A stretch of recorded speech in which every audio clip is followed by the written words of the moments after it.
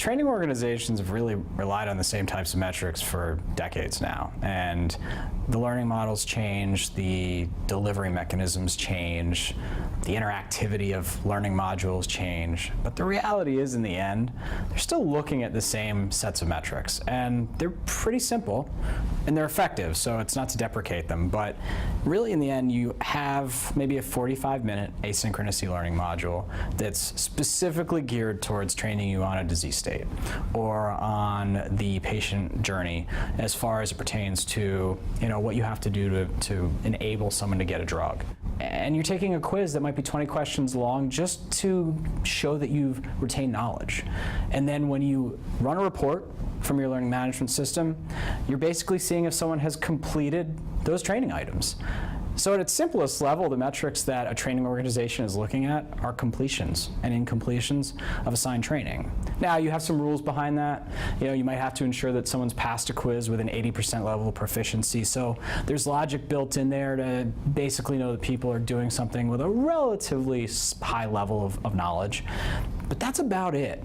And as effective as that's been, and as important as that's been, it's still reactive. And there's still only the ability to know that when I assign John Smith a training item, he finishes it. And that checks a box and lets you move on. It doesn't ensure that as a training organization, you've affected that behavior change that you sought out to.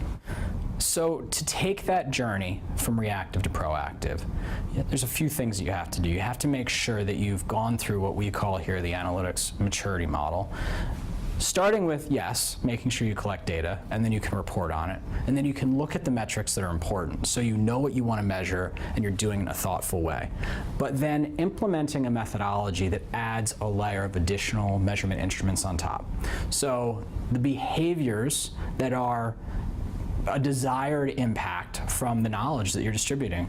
Here at ClearPoint, we talk a lot about confidence, we talk a lot about engagement. Those are behaviors that we've vetted with our customers through over a decade of experience, knowing that they typically have the most impact on a rep's effectiveness.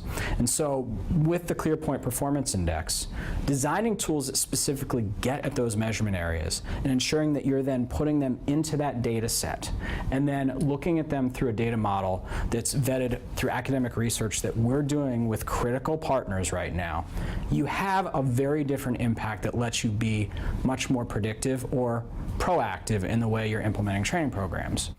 You're still going to have to do the planning. You're still going to have to make sure that you're setting something up and collecting the data and looking at it as you go.